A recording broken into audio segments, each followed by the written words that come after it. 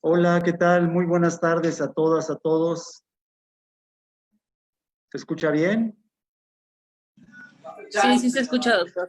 Ok. Doctor Silva, muy buenas tardes. Muchas gracias por eh, nuevamente compartir información muy importante para el tema de pacientes crónico-degenerativos. Antes de darle la palabra, yo quisiera agradecerles a todos que se hayan conectado de todas las unidades. La verdad no sé cuánta gente esté conectada, pero me da mucho gusto que estemos ahorita consolidando estas sesiones clínicas cada miércoles de cada semana. Y bueno, comentarles a ustedes rápidamente algunos datos que son de interés para todas y todos. Estamos, como ustedes saben, con esta pandemia. Están presentando datos diariamente, pero sí me gustaría compartir con ustedes información que día a día estamos monitoreando nosotros en el Gabinete de Salud de la Alcaldía.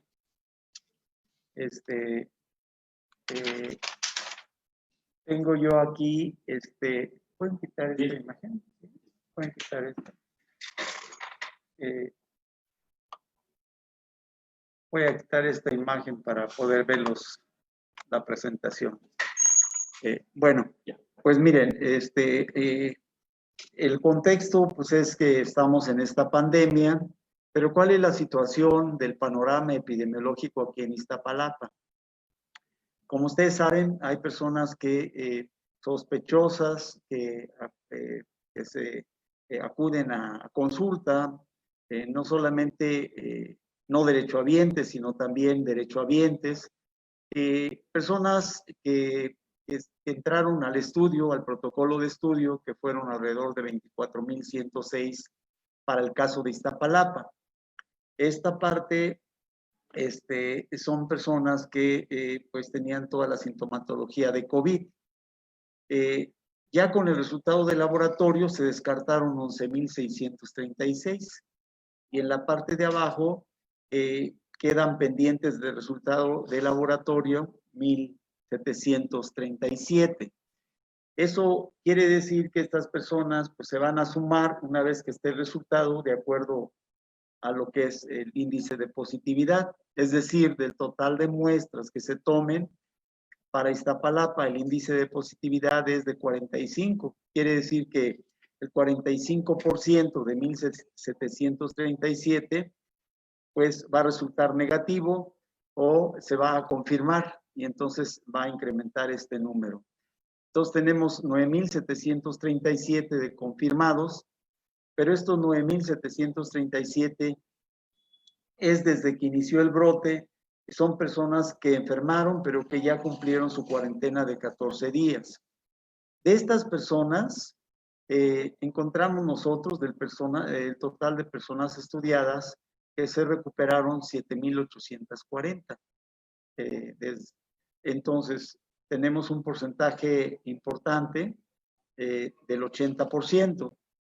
Y como ustedes saben, este porcentaje cursó con la enfermedad de COVID de una manera leve, moderada o quizás hasta grave. Pero finalmente el 80% se recupera. Población de aquí de Iztapalapa. Después tenemos un total de personas que fallecieron, 1,324, y día a día pues están actualizando. El día de ayer teníamos 1,312 y 12 personas se actualizaron, que fallecieron, se actualizaron y tenemos hasta el día del día 13, 1,324.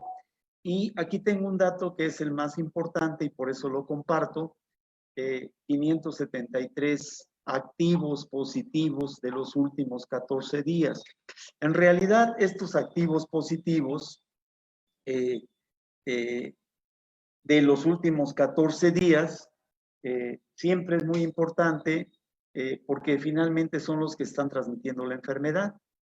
El día de ayer teníamos 617 y cumplieron ya sus 14 días de la cuarentena, 121, y pues ya no se cuentan.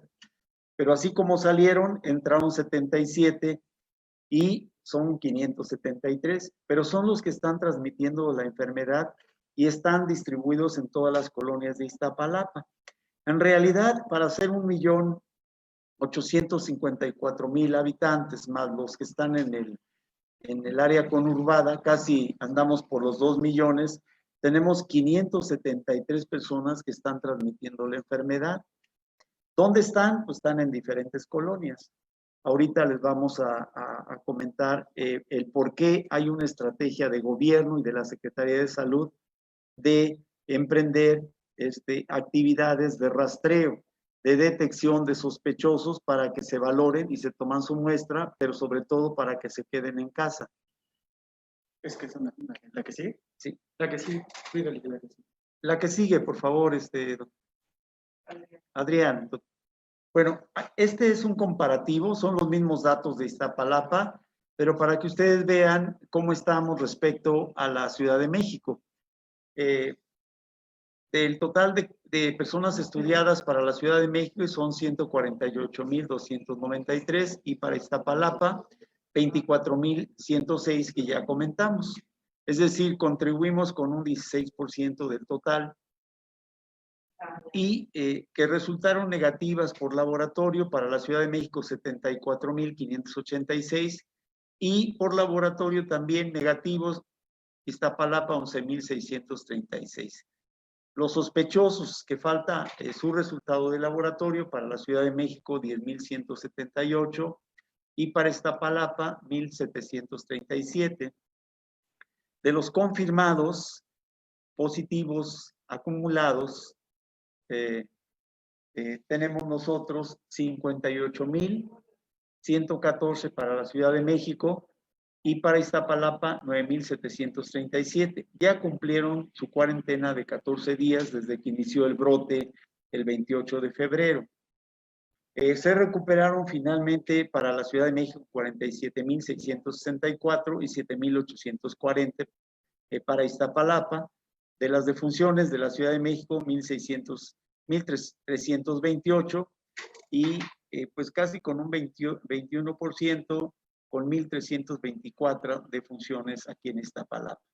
¿Dónde? En toda la alcaldía, por residencia.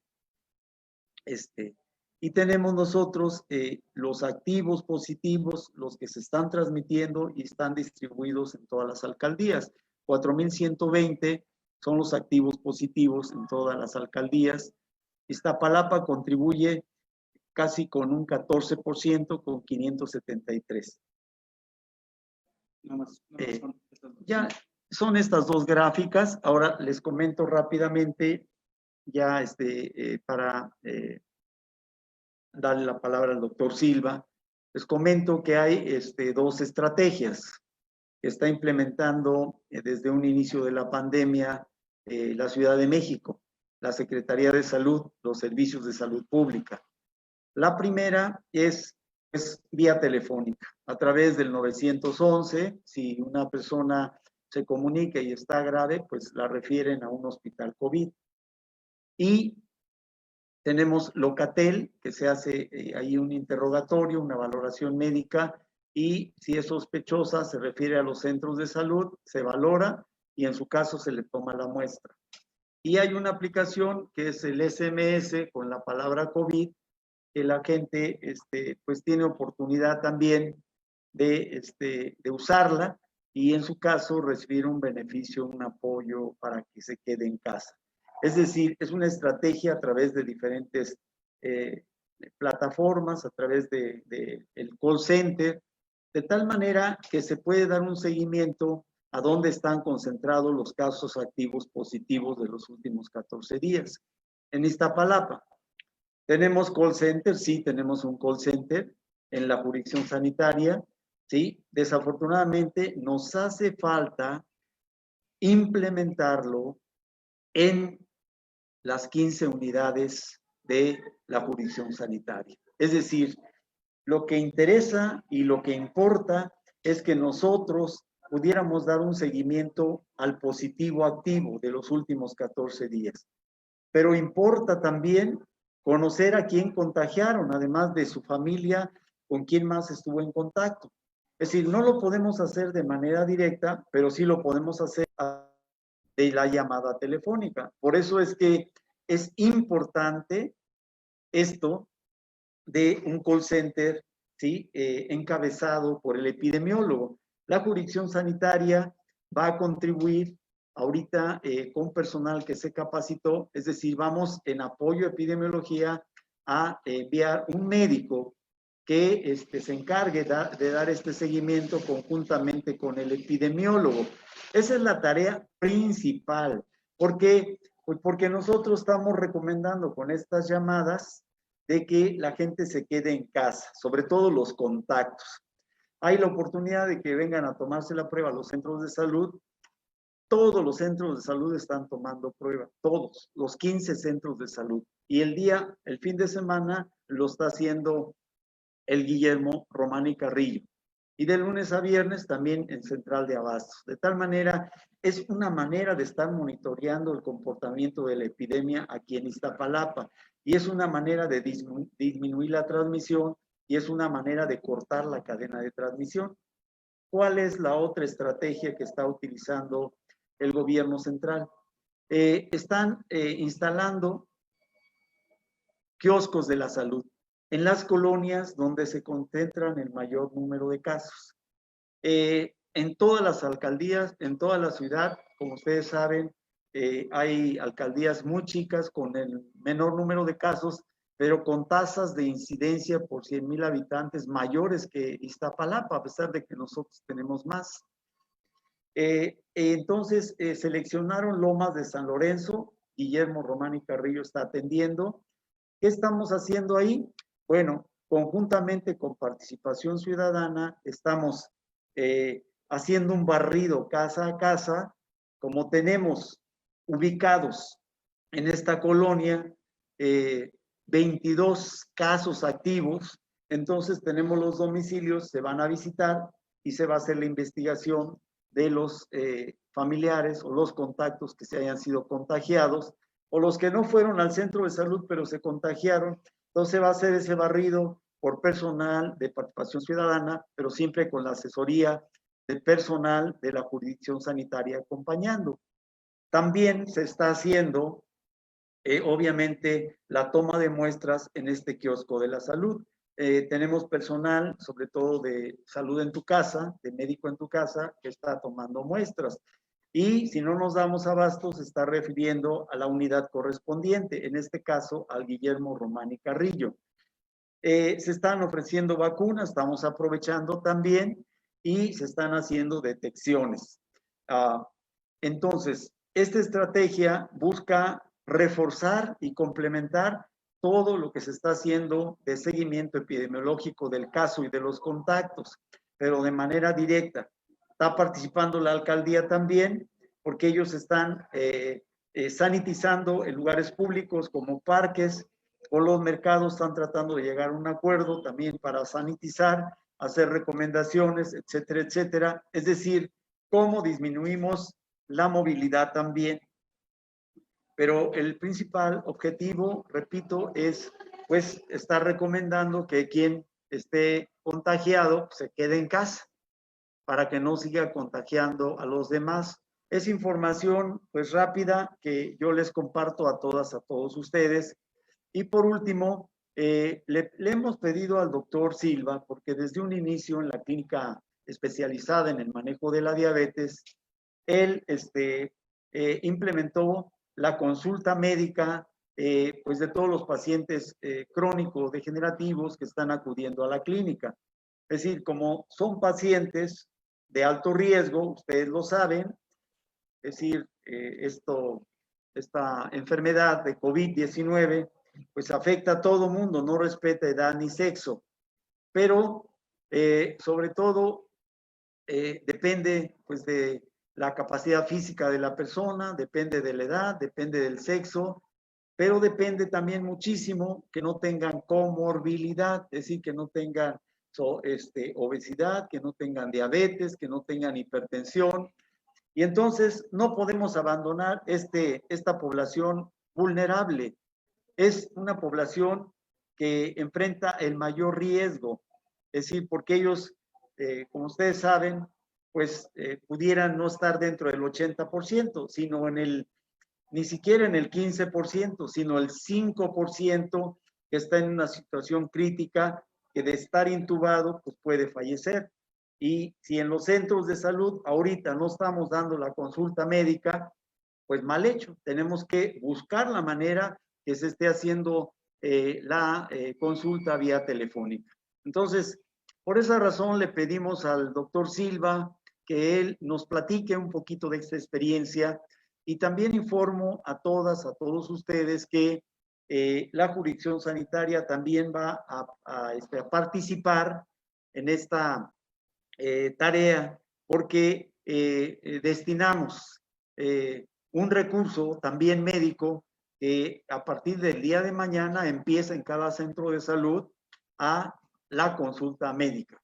Obviamente, el personal médico que está a cargo de la clínica, del consultorio de la clínica de diabetes en cada centro de salud, pues tiene que hacer lo mismo, ¿sí? Entonces vamos a hacer eso, y de pasada, pues de una vez le pedimos de favor al doctor Silva, ¿sí? Que podamos nosotros mantener esta coordinación, esta capacitación para estos 30 médicos de manera continua, y que los capacite en el modelo que ha desarrollado en la clínica especializada en el manejo de la diabetes, que es un manejo sumamente simple.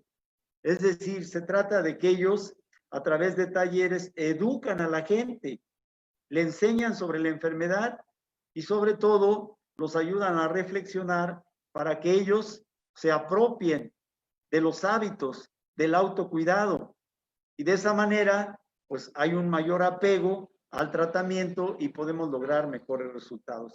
Pero eso es lo que hay que implementar. Yo dejo al doctor Silva, ¿sí? Les agradezco a todas, a todos ustedes. No vamos a perder estas sesiones clínicas. La siguiente, vamos a invitar a personal del Hospital de Especialidades Belisario Domínguez para que les platiquen a ustedes cómo están manejando ellos sus estrategias, porque acuérdense que ellos son Hospital COVID. Pues muchísimas gracias a todas, a todos. Pues dejo al doctor Silva. Muchas gracias, doctor, por la invitación para estar el día de hoy acá con todos ustedes. Como bien comenta el doctor, la población, en este caso con enfermedades crónicas, con diabetes, todos reconocemos que es una población de las de mayor riesgo, más vulnerable, y que eventualmente nosotros como profesionales de la salud debemos estar al tanto a través, para identificar a través de qué estrategias somos capaces de aminorar el impacto en la salud que pudieran tener estas personas con estas condiciones crónicas. Y luego entonces, el día de hoy decidimos que quizás era buen momento de hablar de algunos aspectos teóricos derivados de la experiencia que hemos tenido en estas últimas semanas en la clínica de diabetes, con todo el equipo de profesionales de la salud, el equipo administrativo también de la clínica de diabetes, donde implementamos una estrategia para darle algún tipo de seguimiento a los pacientes, con este caso, con esta condición, y de una u otra forma asegurar que el paciente continuara con algún tipo de atención y de seguimiento respecto al cuidado de su salud. Entonces, agradezco mucho la invitación y vamos a hablar un poquito al respecto de esto.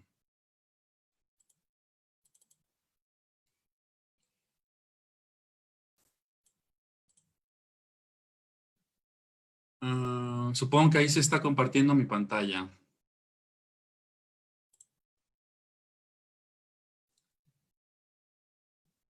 Muy bien. Y si no me avisan. Bueno, vamos a ver, esto lo hemos dividido en dos partes.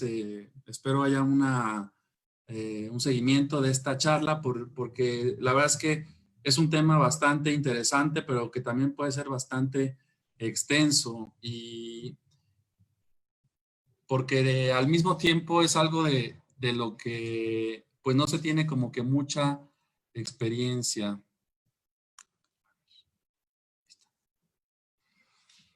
Muy bien, entonces quisiera comenzar reforzando la idea de que la diabetes, yo creo que todos identificamos que está asociado con un curso de COVID-19 más severo. Yo creo que a todos nos debe quedar claro esa aseveración, pero también que es una de las comorbilidades de mayor prevalencia en COVID-19.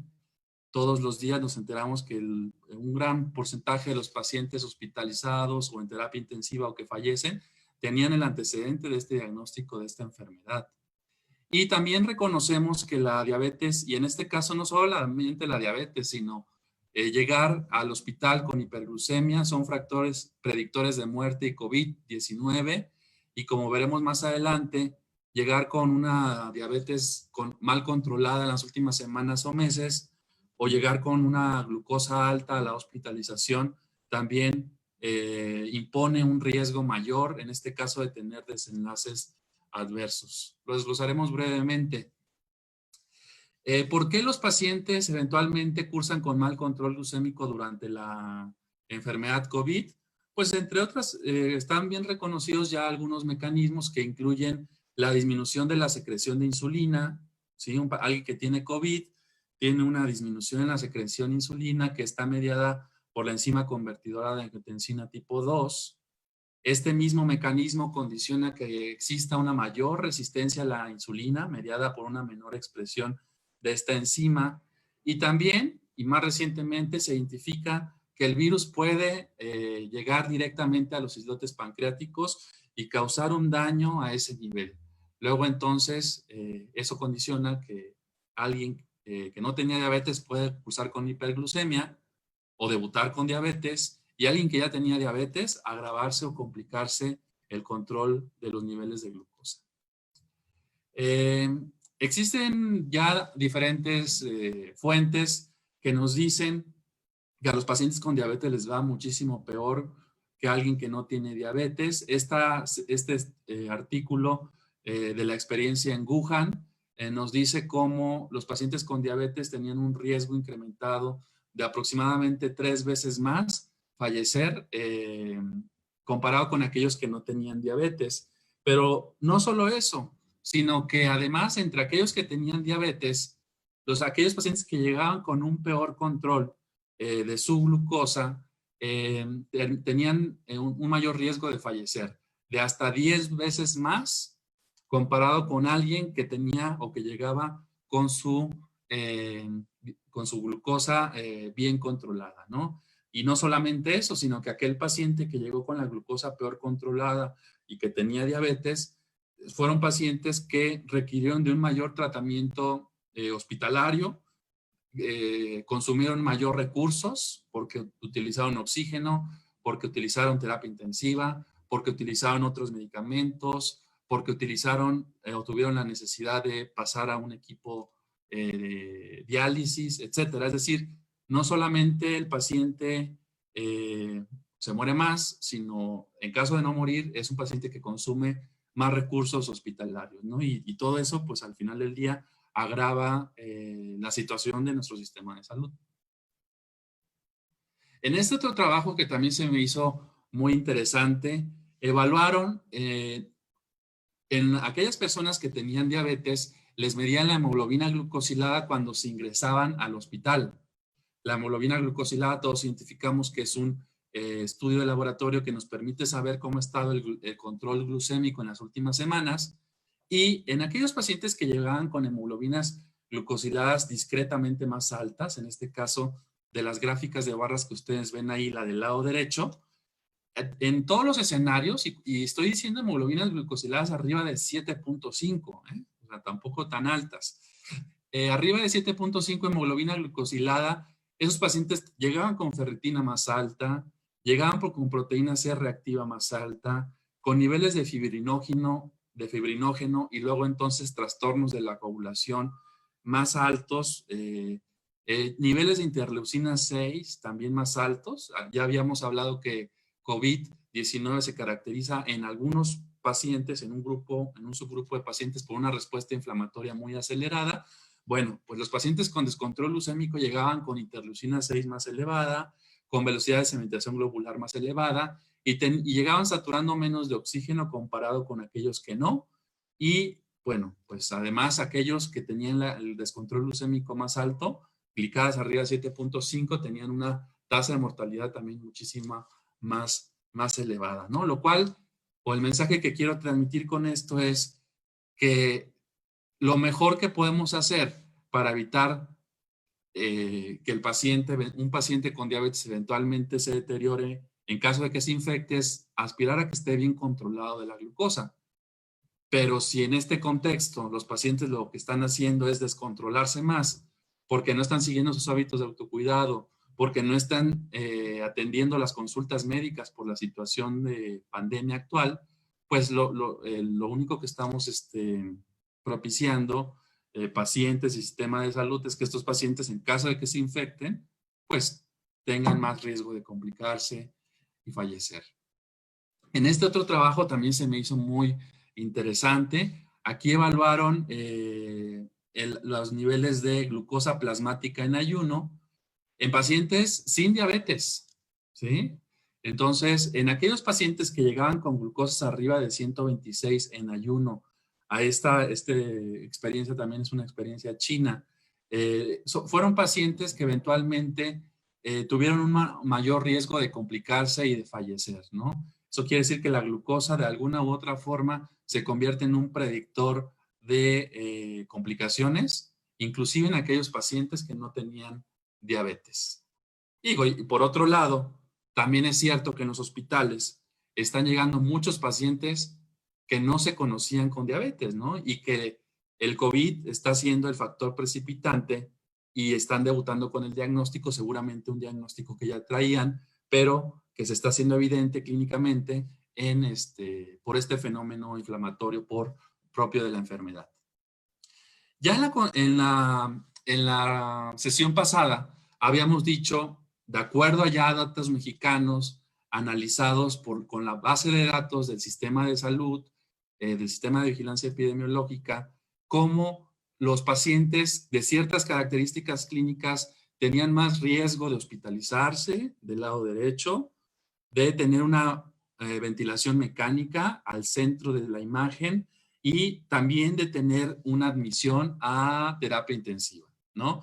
Y de esas características, ¿cuáles destacaban? Pues nada más quisiera recordar que tener diabetes fue un factor de riesgo muy importante para estos desenlaces en México, y tener diabetes a temprana edad fue uno de los factores más fuertes para presentar complicaciones.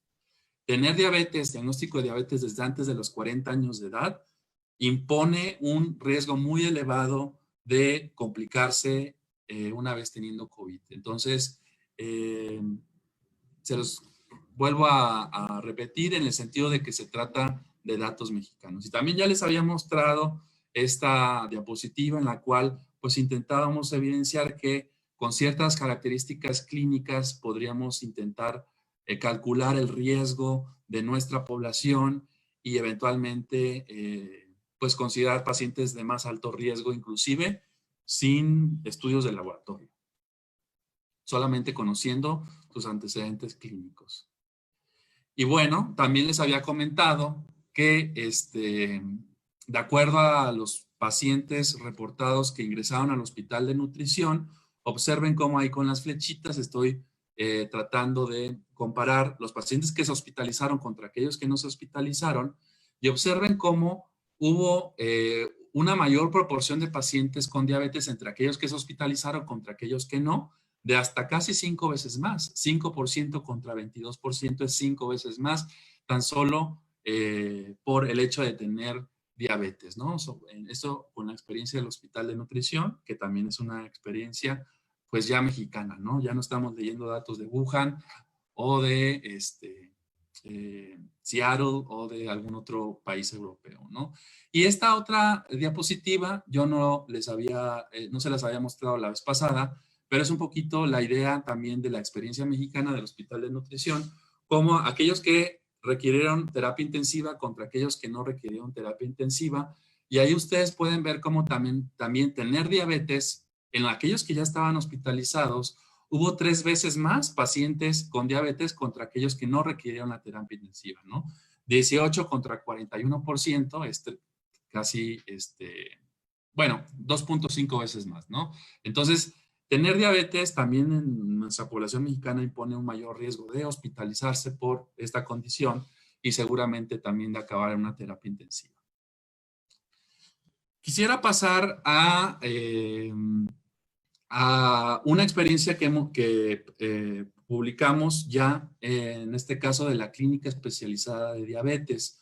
Nosotros en esta temporada nos pusimos a tratar de indagar si los pacientes que acudían a nuestra clínica estaban cursando con dificultades para hacerle frente a la diabetes y si esto estaba teniendo algún impacto en sus hábitos de autocuidado. Esta es una publicación que acaba de salir la semana pasada, en la cual intentamos reportar que en la población de nuestra clínica, que pudiera parecerse a la de que se atiende en el primer nivel de atención de toda la Ciudad de México, encontramos, como ustedes pueden ver en la parte baja de la tabla, como un porcentaje elevado de la población estaba refiriendo que estaba cursando con dificultades para enfrentar o para cuidar su enfermedad, ¿sí? El 41% reportó tener dificultades para adherirse a la dieta, el 40% para poder hacer ejercicio o actividad física, el 23% para monitorizar su glucosa durante esta pandemia, para tener adherencia al tratamiento, y observen cómo hasta un 11% estaba teniendo dificultades para adherirse a la recomendación de resguardarse, ¿no? Lo cual habla de que, pues, muchos de nuestros pacientes, así tengan diabetes, por cuestiones de trabajo, están teniendo que salir a las calles, aunque ellos identifiquen que es una condición de riesgo elevado para complicarse. Y evaluamos el impacto que hubo en los hábitos de autocuidado. Ustedes en el pasado también han conocido que nosotros medimos los hábitos de autocuidado en días a la semana y comparado con una población que acabábamos de dar de alta, en este caso recientemente de la clínica, fueron pacientes que convocamos y en los cuales evaluamos cómo se estaban cuidando ahorita durante la pandemia. Y resultó que en ese subgrupo de pacientes, los pacientes están disminuyendo sus hábitos de autocuidado, ¿no? Esta herramienta, recordemos, evalúa la alimentación, el ejercicio, el cuidado de los pies y el registro de glucosa, y los pacientes están disminuyendo estos hábitos de autocuidado significativamente. Hicimos un análisis en el cual intentamos ver si había un modelo en el cual nos ayudara a predecir si el hábito de autocuidado estaba asociado a la presencia de dificultades para cuidar la enfermedad. Y la verdad es que nos encontramos con que aquellos pacientes que estaban cursando con mejor hábitos de autocuidado antes y durante la pandemia, estaban presentando menos dificultades para lidiar con la enfermedad, lo cual nos dice que aquellos pacientes que están cuidándose más antes y durante la pandemia, seguramente porque pues están empoderados, conocen cómo cuidarse y les está costando menos trabajo cuidarse, luego entonces durante esta pandemia tienen menos dificultades para enfrentar o lidiar con la diabetes, ¿no? Eso fue un hallazgo interesante porque nos habla un poquito de que es importante buscar que el paciente esté lo mejor empoderado posible, que esté ejecutando hábitos de autocuidado, porque resulta que a esos pacientes les va a ir mejor durante este tipo de contingencias sanitarias. Nosotros concluimos en este trabajo que los pacientes informaron dificultades para afrontar la diabetes y disminuyeron las actividades de autocuidado durante el confinamiento, y recomendamos que existan políticas de atención médica que deben de diseñarse e implementarse para atenuar la carga de la enfermedad causada por esta, pero también por futuras contingencias en salud. Y lo quise traer a colación porque justamente si estamos hablando de qué vamos a hacer, pues una estrategia o una alternativa, una propuesta sería justamente buscar estrategias remotas de atención de los pacientes con diabetes. De tal forma que nuestra población diagnosticada con diabetes, pero también con otras enfermedades crónicas, no la están pasando tan bien, ¿no? Entre otras cosas, porque las unidades de salud y los hospitales están priorizando la atención de los pacientes COVID. Esto es un fenómeno que está ocurriendo en todo el mundo, ¿no? Es una realidad, se volvió una urgencia en todos los lugares atender a este tipo de pacientes, pero al mismo tiempo los pacientes pues con enfermedades no COVID pues están sin esa atención. Al mismo tiempo, las recomendaciones de resguardo domiciliario y confinamiento están dificultando el autocuidado en salud. Si al paciente le estamos recomendando que no salga de su casa, que se cuide, y al mismo tiempo pues eso está originando, precipitando, pues que no pueda hacer ejercicio quizás como lo solía hacer en la calle o fuera de su casa. Pero al mismo tiempo a lo mejor es un adulto mayor y que él conseguía sus alimentos y ahora se los están llevando a casa y él no está tomando las decisiones acerca de la alimentación. Es decir, el confinamiento está haciendo que los pacientes modifiquen esos hábitos de autocuidado que probablemente tenían. Si a eso le agregamos que la crisis económica podría agravar el manejo de la diabetes, los pacientes, seguramente gran parte de nuestra población no está teniendo los recursos económicos para poder, pues, conseguir sus tiras reactivas, para eventualmente comprar los alimentos que necesitan, comprar los medicamentos, entonces las cosas se complican. Además, los pacientes están cursando con estrés y ansiedad. Eso como tal, está bien reconocido que hay una asociación bidireccional, es decir, si el paciente está confinado, está resguardado, está estresado porque quién sabe el virus que nos pueda eventualmente afectar nuestra salud, pues eso hace que como por default en automático se eleve la glucosa, ¿no? Pero al mismo tiempo, aquel paciente que está con mal control de la glucosa, pues se preocupa porque dice, traigo alta la glucosa y ahorita no estoy viendo a mi médico y qué ajustes debo hacer al tratamiento y eso está aumentando o incrementando el estrés. Entonces, si se fijan, es un círculo vicioso durante esta temporada en la cual pues el paciente pues no la está pasando del todo bien, ¿no? Y si a eso le agregamos que no estamos resolviendo otras dudas, que los pacientes no tienen seguimiento médico, no se están haciendo estudios de laboratorio y en gran parte los mecanismos para surtimiento de recetas están paralizados, pues la consecuencia no va a ser pues buena. Entonces, por eso se empiezan a valorar otro tipo de acciones o estrategias para atender a los pacientes.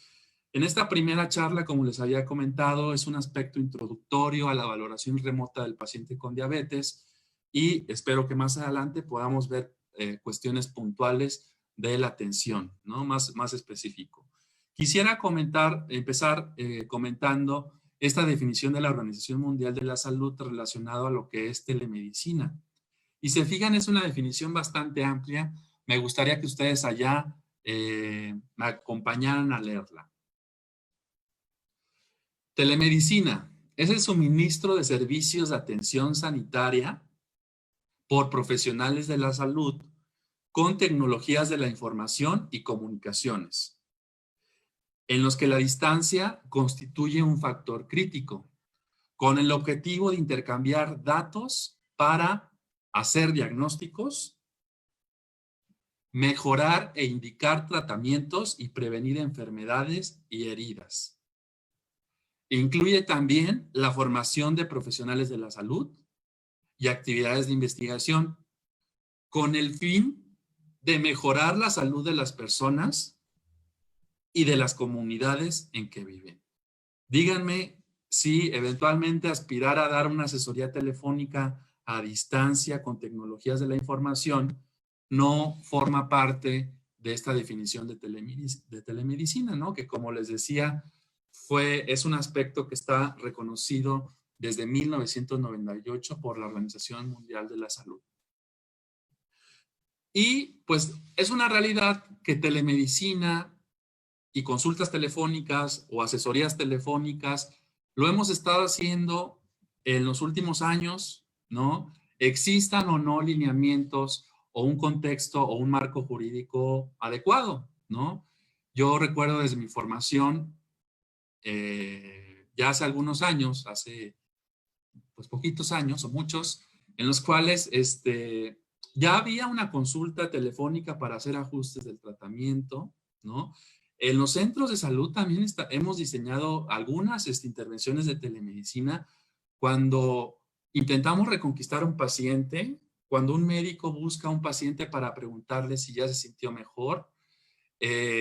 Son acciones de telemedicina que de una u otra forma hacemos, ¿no? En la práctica privada también es una realidad que con la llegada de dispositivos móviles, pues es muy fácil hacer una pregunta, interactuar con el médico y tener una interacción mayor con el médico y con el paciente. Es decir, esto tanto a nivel institucional, en los mejores institutos del país o en las unidades más pequeñas de salud, en la práctica pública o en la práctica privada, es algo que ha estado sucediendo porque ahora sí que la tecnología ha rebasado en este caso, los lineamientos institucionales operativos, ¿no?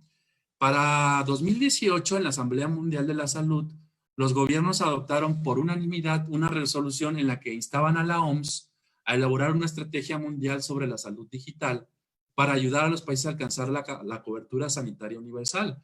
Además, la tecnología es necesaria, porque en la medida que podamos llegar a más personas a través de la tecnología sin tener que estar la persona en el sitio, a veces son regiones rurales o a veces son lugares más distantes donde es difícil que llegue una persona, un profesional de la salud, seguramente las tecnologías jugarán un papel importante para incrementar la cobertura, en este caso en salud. Muy recientemente, el año pasado, en abril de 2019, la Organización Mundial de la Salud emite una publicación relacionada a recomendaciones sobre maneras de mejorar la salud de la población y de los servicios básicos mediante tecnologías digitales, en la cual ellos instan a que se debe garantizar a que los usuarios no revelaran como tal sus datos, es decir, sus datos estuvieran protegidos, ¿sí? México, en este momento, se encuentra en la creación de marcos legales y administrativos adecuados que consideren la incorporación y uso generalizado cotidiano de los servicios de telesalud. Seguramente esto está, digamos que pactado desde el año pasado. Fíjense cómo el CENETEC de la Secretaría de Salud Federal ya tenía vislumbrado, pues, instaurar estos marcos legales y administrativos para la implementación de este tipo de estrategias digitales. Seguramente, desafortunadamente más bien nos ganó la epidemia y esto vino a precipitar que muchos cambios que ya se venían gestando se terminaran por implementar. Y seguramente va a ser esta epidemia un disparador para que nuestras, en este caso nuestras autoridades, digamos, aceleren un poquito la instalación de estos marcos legales para proporcionar algún tipo de atención en salud bien, en este caso, con un contexto jurídico adecuado. Pero como les decía, la comunicación remota con los pacientes es una práctica habitual, ¿no? Les repito, hay pacientes que en las unidades les hablamos por teléfono y a veces es enfermería y a veces es trabajo social y a veces es el médico, ¿no? Para preguntarle cómo le fue, ¿no? Para preguntarle por qué no ha regresado al consultorio, para preguntarle si dejó de tener hipoglucemias. En los Institutos Nacionales de Salud hay consultas de subespecialidad que se realizan por vía telefónica. Es decir, esto ya venía sucediendo, ¿no? Y como les comentaba, la contingencia sanitaria ha precipitado un mayor uso de la tecnología de la salud. Todos conocemos el caso del sistema SMS que tuvo que instalar el gobierno de la Ciudad de México y como lo hizo el gobierno de la ciudad, también en otros lugares del país y del mundo, en este caso para tratar de identificar a las personas con riesgo de tener síntomas, pero también a los que ya tienen para darle seguimiento y identificar a una población en riesgo que fuera candidata a hospitalizarse. Entonces, si se fijan, esto de la valoración remota de los pacientes está ocurriendo ahorita más que nunca, y un ejemplo claro es el seguimiento que el gobierno de la ciudad hace para identificar y atender a los pacientes con riesgo o con COVID-19. ¿Sí? Y en estos momentos existen decretos oficiales y federales y locales en los cuales nos han hecho llamados a garantizar la atención en salud y flexibilizar los procesos administrativos. En nuestra institución, a nivel federal, a nivel local y en todo el país, no hemos dejado de recibir declaraciones, decretos, oficios, publicaciones en la Gaceta, en los cuales nos instan a garantizar la atención en salud. Entonces, bien o mal, es un argumento para que en este momento de la pandemia nosotros pudiéramos eventualmente proporcionar algún tipo de atención, porque eventualmente nos están diciendo que garanticemos la atención de la salud y flexibilicemos los procesos administrativos. Estoy a punto de terminar esta primera etapa de la sesión para darle continuidad, como les decía, un poquito más adelante a este tema. Sin embargo, yo quisiera identificar en nuestra institución, particularmente en la jurisdicción sanitaria de Iztapalapa, cuáles son las áreas de oportunidad, a qué pacientes eventualmente podríamos darle una valoración remota, en este caso enfocada en enfermedades crónicas, diabetes. Una sería la reconquista de pacientes. Yo creo que todos tenemos identificados en nuestras unidades de salud una población que dejó de acudir a los centros de salud, ¿no? Por la contingencia, ¿no? Entonces, una sería reconquistar pacientes. Y a esos pacientes hay que darles una explicación, ver cuáles son sus necesidades y eventualmente, en la medida que esto nos lo vaya haciendo posible, tratar de volverlo a incorporar a la dinámica de atención presencial o inclusive un modelo de atención híbrida, ¿no? En el cual estemos conjugando la atención presencial con la atención a distancia, la atención remota, de una forma simultánea, ¿no? La segunda área de oportunidad sería que aquellos pacientes que ya, con los cuales tuvimos algún tipo de seguimiento, dar asesorías y educación en salud en esta época y que no acudan a las unidades, ¿no? Muchas de las veces podemos tratar de incluir aspectos de educación en salud, en este caso enfocados en diabetes, a esta población. Y créanme que la experiencia en la clínica nos dice que la experiencia ha sido para los pacientes bastante satisfactoria, ¿no? La mayoría acepta una llamada telefónica para dar asesorías en salud y en el fondo nosotros en la clínica, el equipo, pensamos que el hecho de estarle recordando al paciente que tiene una enfermedad y que en esa temporada se tiene que seguir cuidando, ¿no? Después de 3, 4 meses, a muchos se les puede olvidar que tienen diabetes, ¿no? O sea, digo, si cuando no hay pandemia se les olvida, en esta época quizás más, y a lo mejor puede ser un pretexto para dejarse de cuidar, ¿sí? Entonces, si nosotros los capturamos, en este caso, los convencemos de que hay que seguirse cuidando, pues a lo mejor ese recordatorio puede ser suficiente para que el paciente esté mejor atendido en salud, ¿no? Y la otra estrategia es intentar dar un seguimiento de pacientes, que acá en la clínica también lo hemos estado haciendo, con intervenciones en psicología, en podología, con el apoyo del equipo de enfermería de educación en diabetes y también la consulta o el seguimiento médico. Estoy a punto de terminar. Denme 2 minutitos nada más de su atención, únicamente para dar un panorama general, una serie de recomendaciones generales relacionadas a cómo hacer una valoración remota del paciente con diabetes en este escenario de contingencia, ¿no? La recomendación número 1, siempre presentarse y siempre pedirle autorización al paciente, ¿no? A todos nos es muy molesto que eventualmente de algún banco, de alguna empresa nos estén llamando por teléfono casi siempre para molestarnos, ¿no? Pues a lo mejor el paciente también en algún momento del día no está en condiciones para recibir una llamada de su profesional de la salud, ¿no? Entonces, siempre presentarse y siempre pedir una autorización al paciente.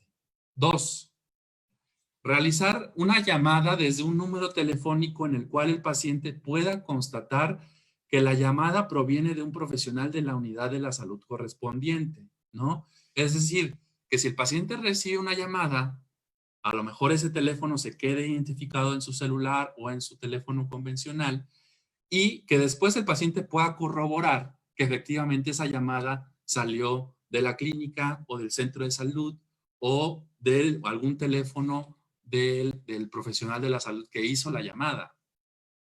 3, idealmente la llamada la debe realizar alguien con quien haya tenido una relación el paciente profesional de la salud previamente. A veces los pacientes ganamos su confianza cuando les habla, oiga, soy su doctor, ¿se acuerda de mí? Yo le estaba dando seguimiento a su diabetes. En este caso, la trabajadora social, oiga, ¿se acuerda de mí? Soy la licenciada fulana de tal, usted me conoce, yo la conozco de la clínica de diabetes. Es decir, la llamada idealmente que la haga